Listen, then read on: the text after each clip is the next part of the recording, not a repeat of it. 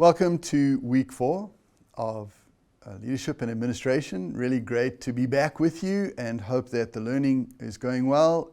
You've of course done some case studies now. You've started working on your team assignment and you've been contributing to the discussion posts, and thank you for doing that. So today, in this week, we want to look at contingency approaches to leadership. Really an important evolution in the leadership research process. And so our learning objectives for this module are, number 1, we want you to understand how leadership is often contingent upon people and situations. In the trait theory, we think that a leader who possesses certain traits will be a good leader in any situation.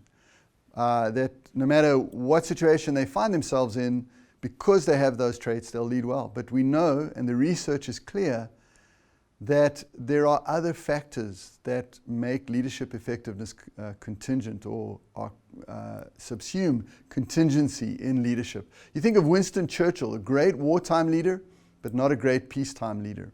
And so again, just to highlight the notion of leader, context, and follower, those are all contingent aspects of effective leadership, and we'll look at those. We want to help you apply Hershey and Blanchard's situational theory of leader style to the level of follower readiness, and that's a very popular model of leadership training and leadership application, Hershey and Blanchard's situational leadership approach. We also want to talk about Fiedler's contingency approach to leadership, and he looked at the least preferred co-worker to determine if you had a better propensity to a given task and group of followers or not. And so you'll look at that this week as well. We then also want to explain this week the path-goal theory of leadership and the role of the leader in the path-goal theory, looking at the motivation of the follower and how to support that motivation, how to ensure that the followers are able to accomplish the task effectively. And then we're going to help you use the Vroom-Jago model to identify the correct amount of follower participation in specific decision situations. And when you look at the Vroom-Jago model, there are certain diagnostic questions, but the two key aspects are time-related or follower development. So, do we have time? Is time urgent in this decision? If so, how, to what extent can I bring followers into that decision-making process? Or is this a situation where time is not such an issue and I'm able then to develop the followers by helping them be a part of this very important decision-making process? So the Vroom-Jago is a tremendous tool for leaders, and I hope you'll really get to know it well and use it in your particular leadership context as you emerge into leadership. And then we also want you this week to learn how to use the power of situational variables to substitute for or neutralize the need for leadership. So how do you use situational variables so that you can then that substitute or neutralize the need for leadership? And you'll look at those this week as well. So when we think about contingency approaches to leadership, contingency is a theory meaning that one thing depends on another thing. If you think of a leader, a great leader, in the context, let's say, of Syria, a great business leader, great followers, but the context is terrible, that leader's leadership effectiveness, business outcomes, will be greatly hindered by the fact that their context, their national context, is very uncertain and very volatile. So that's the contingency theory. My leadership effectiveness is contingent upon, first of all, my situation, my followers, and even then my own personal strengths and traits as they relate to this situation. Contingency approaches are approaches that seek to delineate the characteristics of situations and followers and to examine the leadership styles that can be used effectively. So if this is my leadership situation, or if this is the type of follower I'm leading, what kind of leadership approach do I need to adopt to effectively lead in that situation? And we'll see that in the Hershey and Blanchard situational model, and we'll also see that in Fiedler's contingency model. So when you think about the universalistic approach to leadership, the great person theory we looked at in our second week together, There was this notion that a leader had certain traits or behaviors that they were born with, certain inherent capacities, and that no matter what the situation, the outcomes would be secured because of this great leader. Research, though, has then helped us to realize that there is this notion of contingency. And there are these three variables: the variable of the leader, the variable of the follower, and of course the context or the situation.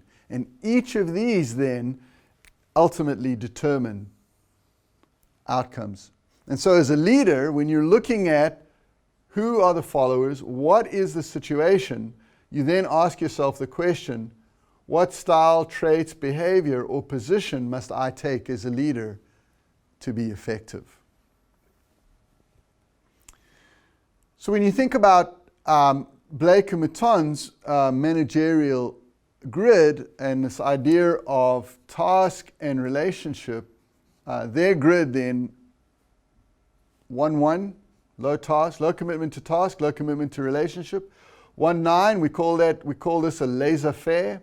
We call this a country club leader, where there's a high commitment to relationship but low commitment to the task. This leader just wants everybody to be happy, to get along, to have a good time. So over here we have, in this corner, 9-1, which is high commitment to task, low commitment to relationship.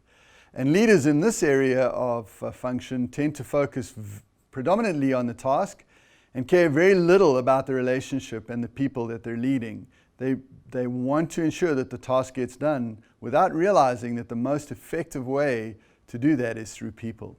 And so optimally, we want to move into this corner, which is 9-9, where you have high commitment to task and high commitment to relationship. And this is the collaborative leader, the leader who has a clear understanding of what needs to be accomplished, but works very hard to build effective, meaningful, cohesive relationships amongst the team to ensure that they together are able to leverage their best inputs to accomplish that task and come out of it stronger and richer as people themselves. So as you think about this notion of contingency and the idea of task and relationship, you want to be aware that you ultimately want to be aiming for this quadrant here, which is high commitment to task, high commitment to relationship.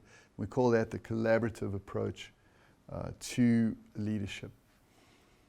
So when we look at the situational theory of Hershey and Blanchard, we realize that this is an extension of that leadership grid we just looked at in terms of task and relationship, but it focuses on the characteristics of the followers as the important element of the contingency of the situation that helps support leadership effectiveness and ultimately the accomplishment of the purpose and the task. And so consequently, we want to then determine effective leader behavior based upon the follower's current situation. So we'll have a look at that in Hershey and Blanchard. So when you look at Hershey and Blanchard, they talk about a telling style, which is a directive approach that reflects a high concern for task and a low concern for people and relationships. And we saw that in the previous Blake and Mouton grid. That would be a 9-1 approach. The selling style, which is based on a high concern for both relationships and tasks, that would be the 9-9, where we have a collaborative approach. The participating style, characterized by high relationship and low task. Remember, that would be the 1-9 approach. High commitment to relationship, low commitment to task. And then the delegating style, which reflects a low concern for both task and relationship. And on Blake and Mouton's grid, that would be the 1-1 or the laissez-faire approach to leadership. So here's Hershey and Blanchard's very famous graphic of how to think these contingencies through. And what they've done is they've looked at follower readiness. So when you look at the Hershey and Blanchard grid in your textbook, you'll take a look here and you'll see, first of all, the first contingency is follower readiness. How ready, how committed is the follower and how competent is the follower to accomplish the task? And we begin over here with low follower readiness, or low follower commitment and low follower capability. And here you're going to deploy the telling style because the follower needs strong instructions, specific instructions, and supervised performance as they undertake the task and learn then how to facilitate that task better. If you have a follower who is unable, is maybe not emotionally committed to the task, but is willing to do the task, is not highly capable, but is willing, is emotionally committed to the task, then you want to deploy the selling approach, which is to explain your decisions and provide opportunity for clarification so that they can better understand how to facilitate that task. In R3, we have a follower who is able but unwilling. This is the unmotivated or insecure follower. And here you want to help them share the ideas and facilitate decision making. So what do you think about this? How would you approach this? And try to build their confidence by helping them to feel that they have buy-in to the process and that they're part of the decision making. And then finally, you move to a follower who is high commitment, high competency, they're able and willing, they're confident, and here you simply delegate because they're able to fulfill the task. And so your role as a leader is almost to get out the way and let them get on with the job because you know that they can do the job well.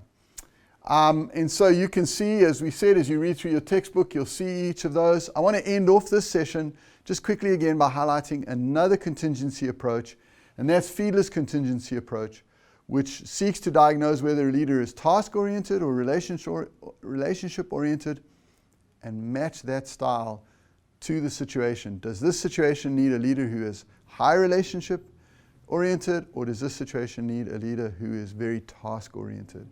And in your textbook, it'll break down for you how to determine which of those approaches you need. So those are the contingency approaches to leadership.